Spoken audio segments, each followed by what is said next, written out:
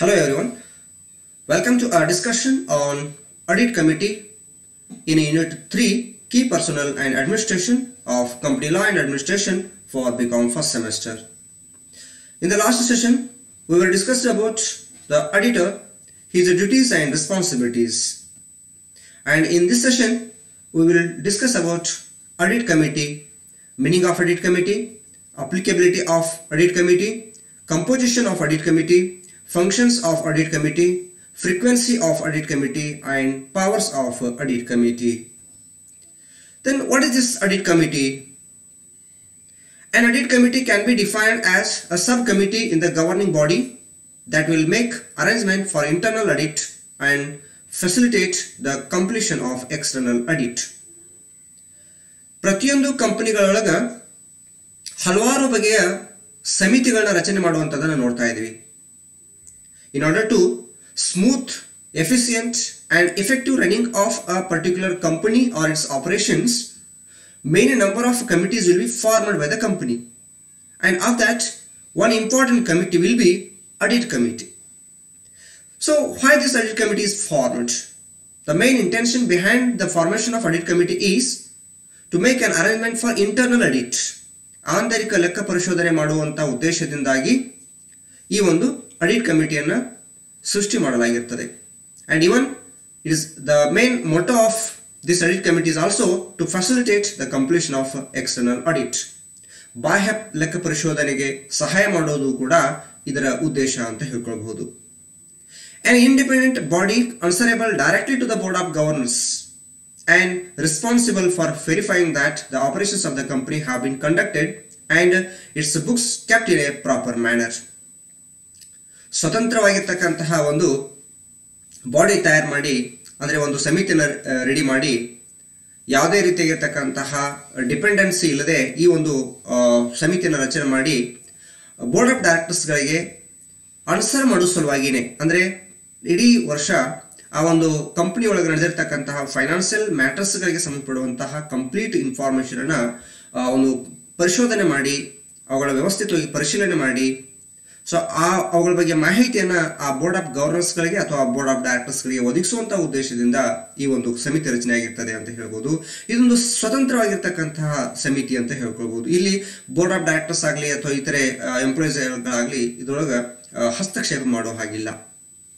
The Audit Committee plays a key role in assisting the board in relation to a company. ಕಂಪನಿಗೆ ಸಂಬಂಧಿಸಿದಂತೆ ಹಲವಾರು ರೀತಿಯಾಗಿರ್ತಕ್ಕಂತಹ ಮಹತ್ವದ ಸಹಾಯಗಳನ್ನ ಈ ಒಂದು ಆಡಿಟ್ ಕಮಿಟಿ ಮಾಡ್ತದೆ. ಅಂತದ್ರೊಳಗೆ ಒಂದು ಫೈನಾನ್ಷಿಯಲ್ ರಿಪೋರ್ಟಿಂಗ್, ಹಣಕಾಸಿನ ಬಗ್ಗೆ ವರದಿ ಮಾಡೋದು, ಇಂಟರ್ನಲ್ ಕಂಟ್ರೋಲ್ ಸಿಸ್ಟಮ್, ಆಂತರಿಕ ನಿಯಂತ್ರಣ ವ್ಯವಸ್ಥೆಯ ಬಗ್ಗೆ ರಿಪೋರ್ಟ್ ಮಾಡೋದು, ರಿಸ್ಕ್ ಮ್ಯಾನೇಜ್ಮೆಂಟ್ ಸಿಸ್ಟಮ್, ನಷ್ಟ ನಿರ್ವಹಣೆಗೆ ಸಂಬಂಧಪಟ್ಟಂತಹ ವ್ಯವಸ್ಥೆಗೆ ಸಂಬಂಧಪಟ್ಟಂತ ವರದಿಯನ್ನು ಮಾಡೋದು, the internal and external audit functions, ಆಂತರಿಕ ಮತ್ತು ಬಾಹ್ಯ ಲೆಕ್ಕ ಪರಿಶೋಧನೆ ಕಾರ್ಯಕ್ಕೆ ಸಹಾಯ ಮಾಡುವಂಥದ್ದು. ಸೊ ಈ ರೀತಿಯಾಗಿರ್ತಕ್ಕಂಥ ಅತ್ಯಂತ ಮಹತ್ವಪೂರ್ಣವಾದಂತಹ ಕಾರ್ಯಚಟುವಟಿಕೆಗಳಿಗೆ ಸಂಬಂಧಪಡುವ ಒಂದು ಮಹತ್ವದ ಪಾತ್ರವನ್ನ ಈ ಆಡಿಟ್ ಕಮಿಟಿ ಹೊಂದಿದೆ ಅಂತ ಹೇಳ್ಕೊಳ್ಬಹುದು. Then to whom this audit committee is applicable. ಯಾವೆಲ್ಲ ಕಂಪನಿಗಳಿಗೆ ಈ ಒಂದು ಆಡಿಟ್ ಕಮಿಟಿ ಅಪ್ಲಿಕೇಬಲ್ ಆಗ್ತದೆ, ಯಾರಿಗೆ ಇದು ಮ್ಯಾಂಡೇಟರಿ ಇದೆ ಅನ್ನುವಂಥದ್ದನ್ನು ನಾವು ಇಲ್ಲಿ ನೋಡ್ಬೋದು. ಮೊದಲನೇದಾಗಿ for every listed public company it is applicable.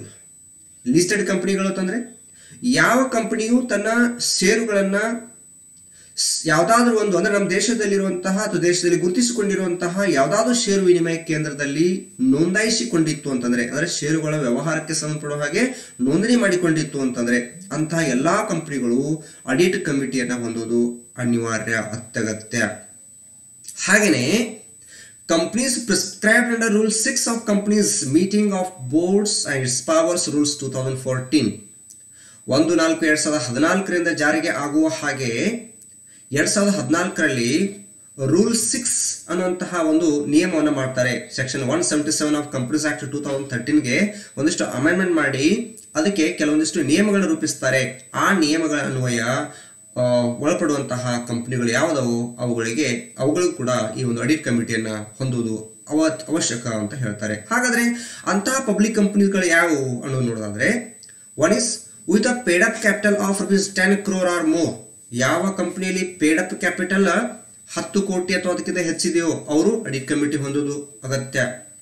Having turnover of ₹100 crore or more, ಒಂದು 100 ಕೋಟಿ ಅಥವಾ ಅದಕ್ಕಿಂತ ಹೆಚ್ಚು ಟರ್ನ್ ಓವರ್ ಅನ್ನ ಹೊಂದಿರುವಂತಹ ಕಂಪನಿಗಳು ಕೂಡ ಈ ಒಂದು ಆಡಿಟ್ ಕಮಿಟಿಯನ್ನು ಹೊಂದೋದು ಅನಿವಾರ್ಯ. Then having outstanding loans or borrowings including debentures or deposits exceeding 50 crore or more is also have the requisite to audit committee, form the audit committee. So ಈ ತರ ನಾವು ಈ ಒಂದು audit committeeನ ಮ್ಯಾಂಡೇಟರಿ ಆಗಿ ಯಾರೆಲ್ಲ ಹೊಂದಬೇಕು ಅನ್ನೋದು ನೋಡೋದಾದ್ರೆ ಎಲ್ಲಾ ಲಿಸ್ಟೆಡ್ ಕಂಪನಿಗಳು ಜೊತೆಗೆ ಎಲ್ಲಾ ಸಾರ್ವಜನಿಕ ಕಂಪನಿಗಳು ಒಂದು ವೇಳೆ ಪೇಡ್ ಅಪ್ ಕ್ಯಾಪಿಟಲ್ 10 ಕೋಟಿ ಅಥವಾ ಅದಕ್ಕಿಂತ ಹೆಚ್ಚಿದ್ರೆ, ಒಂದು ಟರ್ನ್ ಓವರ್ 100 ಕೋಟಿ ಅಥವಾ ಅದಕ್ಕಿಂತ ಹೆಚ್ಚಿದ್ರೆ, ಅಥವಾ ಔಟ್ಸ್ಟ್ಯಾಂಡಿಂಗ್ ಲೋನ್ಸ್ ಅಂಡ್ ಬಾರೋವಿಂಗ್ಸ್ ಎಲ್ಲ ಒಟ್ಟು ಕೂಡಿ 50 ಕೋಟಿ ಅಥವಾ ಅದಕ್ಕಿಂತ ಹೆಚ್ಚಿದ್ರೆ ಆ ಸಂದರ್ಭದಲ್ಲಿ ಆಡಿಟ್ ಕಮಿಟಿಯನ್ನು ಹೊಂದೋದು ಕ್ವೈಟ್ ಎಸೆನ್ಸಿಯಲ್ ಅಂತ ಹೇಳ್ಕೊಳ್ಬಹುದು. Then the composition of audit committee, how the audit committee is constituted, ಯಾವ ತರ ರಚನೆ ಆಗಬೇಕು ಈ ಒಂದು ಆಡಿಟ್ ಕಮಿಟಿ ಅನ್ನೋದು ನೋಡೋದಾದ್ರೆ ಇದಕ್ಕೆ ಸಂಬಂಧಪಡುವ ಹಾಗೆ ಕೂಡ section 177 of companies act 2013 mention ಮಾಡ್ತದೆ. ಮಿನಿಮಮ್ 3 ಡೈರೆಕ್ಟರ್ಸ್ ರಿಕ್ವೈರ್ಡ್ ಅಂತ ಹೇಳ್ತಾರೆ. ಸೊ ಎಷ್ಟು ಜನ ಡೈರೆಕ್ಟರ್ಸ್ ಇರಬೇಕು ಇದ್ರೊಳಗ? ಮಿನಿಮಮ್ 3 ಡೈರೆಕ್ಟರ್ಸ್ ಈ ಕಮಿಟಿ ಒಳಗ. In case of public unlisted companies independent director should form the majority. ಒಂದು ವೇಳೆ ಯಾವ್ದಾದ್ರು ಪಬ್ಲಿಕ್ ಕಂಪನಿ ಅದು ಅನ್ಲಿಸ್ಟೆಡ್ ಇದ್ರೆ, ಅಂದ್ರೆ ಯಾವುದೇ ಷೇರು ವಿನಿಮಯ ಕೇಂದ್ರದೊಳಗ ಗುರುತಿಸಿಕೊಂಡಿಲ್ಲ, ನೋಂದಾಯಿಸಿಕೊಂಡಿರ್ಲಿಲ್ಲ ಅಂತಂದ್ರೆ ಅಂತಹ ಕಂಪನಿ ಒಳಗ ಕಡ್ಡಾಯವಾಗಿ ಇಂಡಿಪೆಂಡೆಂಟ್ ಡೈರೆಕ್ಟರ್ಸ್ ಗಳ ಮೆಜಾರಿಟಿ ಇರಬೇಕು. ಅಂದ್ರೆ ಮೋರ್ ದನ್ 50% ಇಂಡಿಪೆಂಡೆಂಟ್ ಡೈರೆಕ್ಟರ್ಸ್ ಇರಬೇಕು ಅಂತ ಹೇಳಿದೀವಿ. ಇಂಡಿಪೆಂಡೆಂಟ್ ಡೈರೆಕ್ಟರ್ಸ್ ಅಂದ್ರೆ ಯಾರು ಅನ್ನೋದಲ್ಲ ಹಿಂದಿನ ಕೆಲವು ಅವಧಿಗಳಲ್ಲಿ ನಾವು ಚರ್ಚೆ ಮಾಡಿದೀವಿ. And in case of listed companies 2/3 of members of audit committee shall be independent directors. So ಒಂದು ವೇಳೆ ಅದು ಲಿಸ್ಟೆಡ್ ಕಂಪನಿ ಇದ್ರೆ ಸ್ಪೆಷಲ್ ಮೆಜಾರಿಟಿ ಇಂದ ಇಂಡಿಪೆಂಡೆಂಟ್ ಡೈರೆಕ್ಟರ್ಸ್ ಇರಬೇಕು ಅಂತ ಹೇಳ್ತಾರೆ. ಅಂದ್ರೆ 2/3 ಭಾಗದಷ್ಟು ಮೆಂಬರ್ಸ್ ಇಲ್ಲಿ ಡೈರೆಕ್ಟರ್ಸ್ ಆಡಿಟ್ ಕಮಿಟಿ ಒಳಗಿರಬೇಕು ಅಂತ ಹೇಳ್ಕೊತಿರ್ತಾರೆ. Then majority of directors including chairperson should have ability to read and understand the financial statements. So ಇಲ್ಲಿ ಅತ್ಯಂತ ಮಹತ್ವದಾಗಿರ್ತಕ್ಕಂಥದ್ದು ಹೇಳ್ತಾ ಇದ್ದಾರೆ. ಇಲ್ಲಿ ಇರುವಂತಹ ಪ್ರತಿಯೊಬ್ಬ ಡೈರೆಕ್ಟರ್ ಅಂದ್ರೆ ಅತಿ ಹೆಚ್ಚಿನ ಪ್ರಮಾಣದ ಡೈರೆಕ್ಟರ್, ಮೆಜಾರಿಟಿ ಆಗಿರ್ತಕ್ಕಂಥ ಡೈರೆಕ್ಟರ್ಸ್ ಇನ್ಕ್ಲೂಡಿಂಗ್ ಚೇರ್ಮನ್, ಇಲ್ಲಿ ಆ ಒಂದು ಫೈನಾನ್ಸಿಯಲ್ ಸ್ಟೇಟ್ಮೆಂಟ್ ಗಳನ್ನ ಓದೋಕೆ ಬರಬೇಕು, ಅದನ್ನ ಅರ್ಥ ಮಾಡ್ಕೊಳ್ಳೋಕೆ ಬರಬೇಕು. ಅಂದ್ರೆ ಫೈನಾನ್ಸಿಯಲ್ ಸ್ಟೇಟ್ಮೆಂಟ್ ಗಳ ಜ್ಞಾನ ಅವ್ರಿಗೆ ಇರಬೇಕು ಅನ್ನೋಂಥದ್ದನ್ನ ಇಲ್ಲಿ ನಾವು ಗಮನಿಸಬಹುದು. Then in case of listed company all members of audit committee shall be financially literate and at least 1 member shall have accounting or related financial management expertise. So ಈ ಆಡಿಟ್ ಕಮಿಟಿಯಲ್ಲಿ ಇರ್ತಕ್ಕಂತಹ ಎಲ್ಲಾ ಮೆಂಬರ್ಸ್ಗಳು, ಒಂದು ವೇಳೆ ಅದು ಲಿಸ್ಟೆಡ್ ಕಂಪನಿ ಆಗಿತ್ತು ಅಂತಂದ್ರೆ ಎಲ್ಲಾ ಮೆಂಬರ್ಸ್ಗಳು ಫೈನಾನ್ಸಿಯಲಿ ಲಿಟರೇಟ್ ಇರಬೇಕು. ಅಂದ್ರೆ ಫೈನಾನ್ಸಿಯಲ್ ಮ್ಯಾಟರ್ಸ್ ಚೆನ್ನಾಗಿ ಗೊತ್ತಿರುವಂತವ್ರು ಇರಬೇಕು. At least 1 member shall have accounting or related financial management expertise. ಅವರುಗಳಲ್ಲಿ ಇರ್ತಕ್ಕಂಥ ಅಟ್ ಲೀಸ್ಟ್ ಒಬ್ಬ ಸದಸ್ಯರಾದ್ರೂ ಅಕೌಂಟಿಂಗ್ ಮತ್ತು ಫೈನಾನ್ಸಿಯಲ್ ಮ್ಯಾನೇಜ್ಮೆಂಟ್ ಗೆ ಸಂಬಂಧಪಟ್ಟಂತಹ ಎಕ್ಸ್ಪರ್ಟ್ ನಾಲೆಜ್ ಅನ್ನು ಹೊಂದಿರಬೇಕು. ಅಂದ್ರೆ ಅವರು ಅದರ ಬಗ್ಗೆ ಸಾಕಷ್ಟು ಜ್ಞಾನ ಅನುಭವವನ್ನು ಹೊಂದಿರತಕ್ಕಂಥವ್ರಾಗಿರ್ಬೇಕಾಗ್ತದೆ ಅನ್ನುವಂಥದ್ದನ್ನ ಇಲ್ಲಿ ನೋಡ್ಬೋದು. ಸೊ ಈ ರೀತಿಯಾಗಿ ಒಂದು ಆಡಿಟ್ ಕಮಿಟಿ ಕಂಪೋಸ್ ಆಗ್ಬೇಕಾಗಿತ್ತು ಅಂದ್ರೆ, ರಚನೆ ಮಾಡ್ಬೇಕಾಗಿತ್ತು ಅಂದ್ರೆ ನಾವು ಗಮನದಲ್ಲಿ ಇಟ್ಕೊಂಡು ಅದನ್ನ ರಚನೆ ಮಾಡಬೇಕಾಗ್ತದೆ. ದೆನ್ ಏನು ಈ ಆಡಿಟ್ ಕಮಿಟಿಯ ಕಾರ್ಯಗಳು ಅನ್ನೋದು ನೋಡೋದಾದ್ರೆ section 177 of companies act 2013 explains about the functions of audit committee. Here every audit committee shall act in accordance with the terms of reference specified in writing by the board which shall inter includes. So every audit committee ಅಂದ್ರೆ ಪ್ರತಿಯೊಂದು audit committee ಏನ್ ಕೆಲಸ ಮಾಡಬೇಕು, ಏನ್ ಕಾರ್ಯಕ್ರಮಗಳನ್ನ ಹಮ್ಮಿಕೊಳ್ಬೇಕು ಅಂತಂದ್ರೆ board of directors ಗಳು ಏನಿರ್ತಾರಲ್ಲ ಅವರು ಯಾವ ರೀತಿ ಇರ್ತಕ್ಕಂಥ ರೈಟಿಂಗ್ ರೂಪದೊಳಗ ಅಂದ್ರೆ ಬರಹ ರೂಪದೊಳಗ, ಲಿಖಿತ ರೂಪದೊಳಗ ಏನೆಲ್ಲಾ ಕಾರ್ಯಗಳನ್ನ ಹಾಕೊಂಡಿರ್ತಾರೋ ಅವುಗಳನ್ನ ಮಾಡಬೇಕು. ಅಂತದ್ರೊಳಗ ಅತಿ ಮಹತ್ವದಾಗಿರ್ತಕ್ಕಂಥದ್ದು ಏನು ಇನ್ಕ್ಲೂಡ್ ಆಗಿರ್ಬೇಕು ಅಂತಂದ್ರೆ the recommendation for appointment, remuneration and terms of appointment of auditors of the company. ಕಂಪನಿಯ ಲೆಕ್ಕ ಪರಿಶೋಧಕರನ್ನು ನೇಮಕ ಮಾಡಬೇಕಾದ್ರೆ ಮತ್ತು ಅವರಿಗೆ ಸಂಭಾವನೆಗೆ ಸಂಬಂಧಪಡ್ತಕ್ಕಂತೆ ಹಾಗೇನೆ ಅವರ ಒಂದು ನೇಮಕಾತಿಗೆ ಸಂಬಂಧಪಡ್ತಕ್ಕಂಥ ಕರಾರುಗಳಿಗೆ ಸಂಬಂಧಪಡುವಂತಹ ಸಲಹೆಗಳನ್ನ, ಸೂಚನೆಗಳನ್ನ, ಶಿಫಾರಸುಗಳನ್ನ ಮಾಡುವಂತಹ ಒಂದು ಕರ್ತವ್ಯವನ್ನು ಇವರು ಹೊಂದಿದ್ದಾರೆ ಅಂತ ಹೇಳ್ಬೋದು. Then review and monitor the auditor's independence and performance and effectiveness of audit process. So ಇದು ಅತ್ಯಂತ ಮಹತ್ವದಾಗಿರ್ತಕ್ಕಂಥ ಇನ್ನೊಂದು ಕಾರ್ಯ ಈ ಆಡಿಟ್ ಕಮಿಟಿಲಿ ನಾವು ನೋಡ್ತಾ ಇದ್ದೀವಿ. ಇವರು ಯಾವಾಗಲೂ ಆಡಿಟರ್ಸ್ ಇಂಡಿಪೆಂಡೆಂಟ್ ಆಗಿ ಮತ್ತು ಅವರ ಪ್ರಗತಿ ಆಗಿರ್ಬೋದು ಅಥವಾ ಅವರ ಒಂದು ಪರಿಣಾಮಕಾರಿಯಾಗಿರ್ತಕ್ಕಂತಹ ಲೆಕ್ಕ ಪರಿಶೋಧನೆ ಕ್ರಿಯೆ ಆಗಿರ್ಬೋದು ಅವುಗಳನ್ನ ರಿವ್ಯೂ ಮಾಡೋದು ಮತ್ತು ಅವುಗಳನ್ನ ಮಾನಿಟರ್ ಮಾಡ್ತಕ್ಕಂತಹ ಒಂದು ಕಾರ್ಯವನ್ನು ಹೊಂದಿರುತ್ತಾರೆ. ಅಂದ್ರೆ ಈ ಆಡಿಟರ್ಸ್ ಏನು ಆಡಿಟ್ ಮಾಡ್ತಿರ್ತಾರಲ್ಲ, ಆಡಿಟ್ ಪ್ರೊಸೆಸ್ ಏನ್ ನಡೀತದಲ್ಲ ಅದನ್ನ ರಿವ್ಯೂ ಮಾಡೋದು, ಅದನ್ನ ನಿಯಂತ್ರಣ ಮಾಡೋದು, ಅದನ್ನ ನಿರ್ವಹಣೆ ಮಾಡೋದು ಮತ್ತು ಅದು ಯಾವ ರೀತಿಯಾಗಿ ಪ್ರಗತಿಯನ್ನು ಹೊಂದ್ತಾ ಇದೆ ಮತ್ತು ಎಷ್ಟು ಪರಿಣಾಮಕಾರಿಯಾಗಿ ಒಂದು ಆಡಿಟ್ ಪ್ರೊಸೆಸ್ ನಡೀತಾ ಇದೆ ಅನ್ನುವಂತಹದ್ದನ್ನ ಇಲ್ಲಿ ರಿವ್ಯೂ ಮಾಡುವಂತದನ್ನ ನೋಡ್ತೀವಿ. Then examination of financial statements and auditors report thereon. So financial statement ಗಳನ್ನ ಆಗಿಂದಾಗ ಎಕ್ಸಾಮೈನ್ ಮಾಡ್ತಾ ಹೋಗೋದು. ದೆನ್ ಆಡಿಟರ್ಸ್ ರಿಪೋರ್ಟ್ ಗಳನ್ನು ಕೂಡ ಎಕ್ಸಾಮೈನ್ ಮಾಡೋದು. ಯಾವ ತರ ಆಡಿಟ್ ರಿಪೋರ್ಟ್ ಮಾಡಿದ್ದಾರೆ, ಫೈನಾನ್ಷಿಯಲ್ ಸ್ಟೇಟ್ಮೆಂಟ್ ಯಾವ ತರ ಇದಾವು, ಆಡಿಟರ್ಸ್ ಯಾವ ರೀತಿಯಾಗಿ ರಿಪೋರ್ಟ್ ಕೊಡ್ತಾ ಇದ್ದಾರೆ, ಅವುಗಳನ್ನ ಎಕ್ಸಾಮೈನ್ ಮಾಡ್ತಕ್ಕಂಥದ್ದು, ಅದನ್ನು ಪರೀಕ್ಷೆ ಮಾಡ್ತಕ್ಕಂತಹದ್ದು ಕೂಡ ಇಲ್ಲಿ ಆಡಿಟ್ ಕಮಿಟಿಯ ಒಂದು ಪ್ರಮುಖವಾಗಿರ್ತಕ್ಕಂಥ ಕಾರ್ಯ ಅಂತ ಹೇಳ್ಬೋದು. Approval R any subsequent modification of transactions of the company with related parties. ಇಲ್ಲಿ ಅತ್ಯಂತ ಮಹತ್ವವಾಗಿರ್ತ ಮತ್ತೊಂದು ಇಲ್ಲಿ ಕಾರ್ಯ ಈ ಆಡಿಟ್ ಕಮಿಟಿಯಲ್ಲಿ ಇರುವಂತದ್ದು ಅಂತಂದ್ರೆ, ಸೊ ಈ ಒಂದು ರಿಲೇಟೆಡ್ ಪಾರ್ಟೀಸ್ ಗಳ ಜೊತೆ ಕಂಪನಿ ಏನೇನು ಟ್ರಾನ್ಸಾಕ್ಷನ್ಸ್ ಗಳು ಮಾಡ್ತಾ ಇದೆ ಆ ಟ್ರಾನ್ಸಾಕ್ಷನ್ಸ್ ಗಳಿಗೆ ಸಂಬಂಧಪಟ್ಟಂತಹ ಅಪ್ರೂವಲ್ ಗಳನ್ನು ಕೊಡೋದು ಮತ್ತು ಏನಾದ್ರೂ ಅವುಗಳಿಗೆ ಹಾಗೆ ನಡೀತಕ್ಕಂಥ ಟ್ರಾನ್ಸಾಕ್ಷನ್ಸ್ ಗಳಿಗೆ ಮೋಡಿಫಿಕೇಶನ್ಸ್ ಗಳನ್ನು ಮಾಡುವುದು, ಅಂದ್ರೆ ಬದಲಾವಣೆಗಳನ್ನು ಮಾಡುವಂತಹ ಅಥವಾ ಮಾರ್ಪಾಡುಗಳನ್ನು ಮಾಡುವಂತಹ ಒಂದು ಪ್ರಮುಖವಾಗಿರ್ತಕ್ಕಂಥ ಕೆಲಸ ಇವರಲ್ಲಿ ನಡೀತದೆ ಅಂತ ಹೇಳ್ಕೊಳ್ಬಹುದು.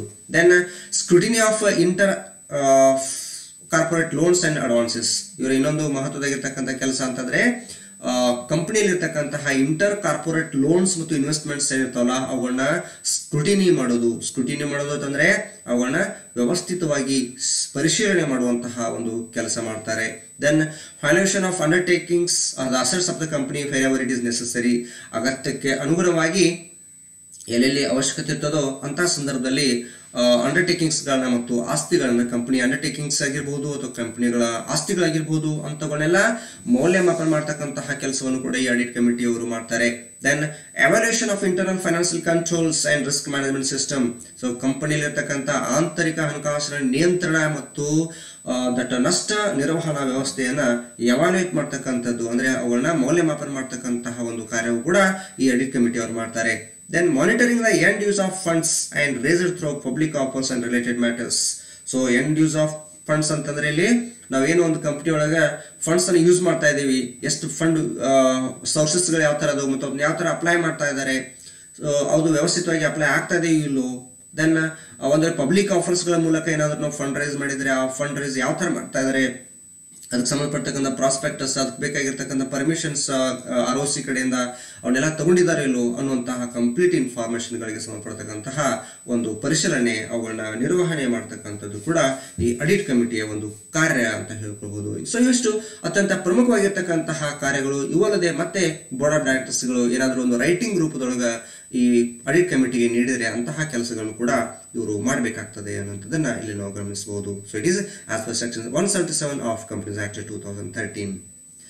Then frequency of meeting and the quorum of meeting. So ಈ ಆಡಿಟ್ ಕಮಿಟಿ ಮೀಟಿಂಗ್ ಎಷ್ಟು ಆಫನ್ ಆಗಿ ಮೀಟ್ ಆಗಬೇಕು, ಅಂದ್ರೆ ಎಷ್ಟು ಪದೇ ಪದೇ ಮೀಟ್ ಆಗಬೇಕು, ಅಂದ್ರೆ ಒಂದು ವರ್ಷದ ಅವಧಿ ಒಳಗ ಎಷ್ಟು ಸಲ ಮೀಟಿಂಗ್ ನಡೀಬೇಕು ಅನ್ನುವಂಥದ್ದು, ಅಂದ್ರೆ ಕನಿಷ್ಠ ಎಷ್ಟು ಮೀಟಿಂಗ್ ಆಗಬೇಕು, ಆಮೇಲೆ ಕನಿಷ್ಠ ಎಷ್ಟು ಸದಸ್ಯರು ಈ ಒಂದು ಮೀಟಿಂಗ್ ನಲ್ಲಿ ಪಾಲ್ಗೊಳ್ಬೇಕಾಗ್ತದೆ ಅನ್ನುವಂಥದ್ದು. ಸೊ ಅದಕ್ಕೆ ಸಂಬಂಧಪಡುವ ಹಾಗೆ ಸೆಬಿ LODR ರೆಗ್ಯುಲೇಷನ್ಸ್ ಹೇಳ್ತದೆ, the listed entity shall meet at least 4 times in a year and not more than 120 days shall lapse between 2 meetings ಅಂತ ಹೇಳ್ತಾರೆ. ಎಷ್ಟು ಆಫನ್ ಆಗಿ, how often the meeting of audit committee should be that run here, that is very important. So it is if the company is a listed entity, then at least 4 times meeting should be done in a year ಅಂತ ಹೇಳ್ತಾರೆ. ಅಂದ್ರೆ ಒಂದು ವರ್ಷದೊಳಗೆ 4 ಸಲ minimum ಆಗಿ ಇವರು ಒಂದು meeting ಅನ್ನ ಕಂಡಕ್ಟ್ ಮಾಡಬೇಕಾಗ್ತದೆ. ಅಲ್ಲದೆ 120 ದಿನಗಳಷ್ಟು, ಅಂದ್ರೆ 2 ಮೀಟಿಂಗ್ಗಳ ಮಧ್ಯೆ 120 ದಿನಗಳಕ್ಕಿಂತ ಹೆಚ್ಚು ಅವಧಿಯ ಲ್ಯಾಪ್ಸ್ ಇರಬಾರ್ದು, ಅಂದ್ರೆ ಗ್ಯಾಪ್ ಇರಬಾರ್ದು ಅಂತ ಹೇಳ್ತಾರೆ. ಹಾಗಾದ್ರೆ ಇಲ್ಲಿ ಕೋರಂ ಬಗ್ಗೆ ಕೂಡ ಹೇಳ್ತಾ ಇದ್ದಾರೆ, 2 members, at least 2 members or 1/3 of the committee, whichever is greater, with at least 2 independent directors ಅಂತ ಹೇಳ್ತಾರೆ. ಅಂದ್ರೆ ಒಂದು ಮೀಟಿಂಗ್ ನಲ್ಲಿ ಎಷ್ಟು ಜನ ಸದಸ್ಯರು ಇರಬೇಕು ಅನ್ನುವಂಥದ್ದನ್ನ ಇಲ್ಲಿ ಮೆನ್ಷನ್ ಮಾಡ್ತಾರೆ. ಮಿನಿಮಮ್ 2 ಜನ ಇರಬೇಕು ಅಥವಾ 1/3 of the committee, ಒಂದು ವೇಳೆ 3 ಜನ ಒಂದು ಕಮಿಟಿಯಲ್ಲಿ ಮೆಂಬರ್ಸ್ ಇದ್ದಿರ್ತಂದ್ರೆ ಅವಾಗ ಮಿನಿಮಮ್ 2 ಜನ ಇರಬೇಕು.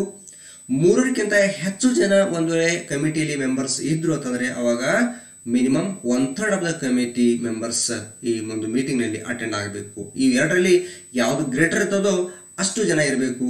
ಅಲ್ಲದೆ ಅವುಗಳಲ್ಲಿ 2 ಜನ ಕಡ್ಡಾಯವಾಗಿ ಇಂಡಿಪೆಂಡೆಂಟ್ ಡೈರೆಕ್ಟರ್ಸ್ ಈ ಒಂದು ಮೀಟಿಂಗ್ ನಲ್ಲಿ ಅಟೆಂಡ್ ಆಗಬೇಕು ಅಂತ ಹೇಳ್ತಾರೆ. ಹಾಗೇನೆ ಕಂಪನೀಸ್ ಆಕ್ಟ್ 2013 ಏನ್ ಹೇಳ್ತಾ ಇದೆ ಈ ಒಂದು ಫ್ರೀಕ್ವೆನ್ಸಿಗೆ ಸಂಬಂಧಪಟ್ಟ ಹಾಗೆ ನೋಡೋದಾದ್ರೆ, so no such specific provision about frequency and quorum, but certain business required to be approved through audit committee ಅಂತ ಹೇಳ್ತಾರೆ. ಸೊ ಈ ತರ ಯಾವುದೇ ರೀತಿಯಾಗಿರ್ತಕ್ಕಂಥ ವರ್ಷದಲ್ಲಿ 4 ಸಲ ಅಥವಾ 120 ದಿನಗಳ ಅಂದ್ರೆ 2 ಮೀಟಿಂಗ್ಗಳ ಮಧ್ಯೆ 120 ದಿನಗಳಕ್ಕಿಂತ ಹೆಚ್ಚು ಅವಧಿ ಗ್ಯಾಪ್ ಆಗಿರಬಾರ್ದು. ಈ ತರ ಯಾವುದೇ ರೀತಿಯಾಗಿರ್ತಕ್ಕಂತಹ ಕಂಡೀಷನ್ಸ್ ಗಳನ್ನ ಕಂಪನೀಸ್ ಆಕ್ಟ್ 2013 ಹಾಕ್ಲಿಲ್ಲ. ಆದರೆ ಅವ್ರು ಹೇಳ್ತಾರೆ ಯಾವುದೇ ರೀತಿಯಾಗಿರ್ತಕ್ಕಂಥ ಫೈನಾನ್ಷಿಯಲ್ಗೆ ಮ್ಯಾಟರ್ಗೆ ಸಂಬಂಧಪಡುವಂಥದ್ದು ಅಥವಾ ಆಡಿಟ್ ಕಮಿಟಿಗೆ ಸಂಬಂಧಪಡ್ತಕ್ಕಂತಹ ಕರ್ತವ್ಯಕ್ಕೆ ಸಂಬಂಧಪಡುವ ಯಾವುದೇ ಒಂದು ಅಪ್ರೂವಲ್ ಪಡ್ಕೊಳ್ಬೇಕಾಗಿತ್ತು ಅಂದ್ರೆ ಅದನ್ನ ಮೀಟಿಂಗ್ ಮಾಡಿ ಈ ಕಮಿಟಿಯ ಅಪ್ರೂವಲ್ ಪಡ್ಕೊಳ್ಬೇಕಾಗ್ತದೆ ಅಂತ ಇಷ್ಟನ್ನು ಮಾತ್ರ ಕಂಪನೀಸ್ ಆಕ್ಟ್ 2013 ಹೇಳ್ತಾ ಇದೆ. Then powers of audit committee. Audit ಕಮಿಟಿಯ ಪವರ್ಸ್ ಇವೆ ನೋಡೋದಾದ್ರೆ, the committee shall have the authority to call for the comments of the auditors about internal control system, the scope of audit including the observations of the auditors, and review of financial statement before their submission to the board.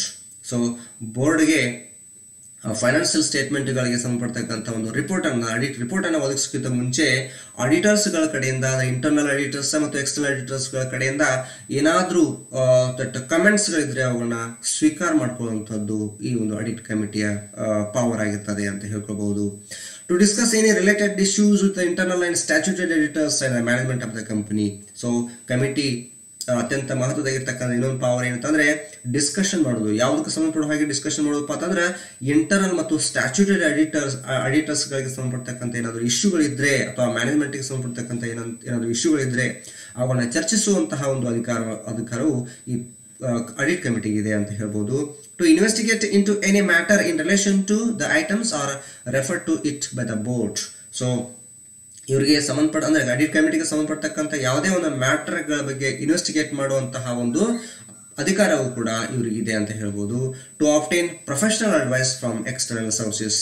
So ಬಾಹ್ಯ ವ್ಯಕ್ತಿಗಳ ಕಡೆಯಿಂದ ಅಥವಾ ಬಾಹ್ಯವಾಗಿರ್ತಕ್ಕಂಥ ಯಾವುದೇ ಒಂದು ಸೋರ್ಸ್ನಿಂದ professional ಅಡ್ವೈಸ್ಗಳನ್ನ ತೆಗೆದುಕೊಳ್ತಕ್ಕಂಥ ಅಧಿಕಾರ ಕೂಡ ಇವರಿಗಿದೆ. To have full access to information contained in the records of the ಕಂಪನಿಯ ರೆಕಾರ್ಡ್ಗಳಲ್ಲಿರ್ತಕ್ಕಂತಹ ಯಾವುದೇ ರೀತಿಯಾಗಿರ್ತಕ್ಕಂಥ ಇನ್ಫಾರ್ಮೇಶನ್ಗಳನ್ನ ಕಂಪ್ಲೀಟ್ ಆಗಿ ಪಡೆದುಕೊಳ್ಳುವಂತಹ ಅಧಿಕಾರ ಹಕ್ಕು ಕೂಡ ಈ ಒಂದು ಆಡಿಟ್ ಕಮಿಟಿಗೆ ಇದೆ ಅಂತ ಹೇಳ್ಕೊಳ್ಬಹುದು. So dear students, throughout this session we have discussed about the meaning of audit committee, applicability of audit committee, composition of audit committee, functions of audit committee, frequency of audit committee, and powers of audit committee.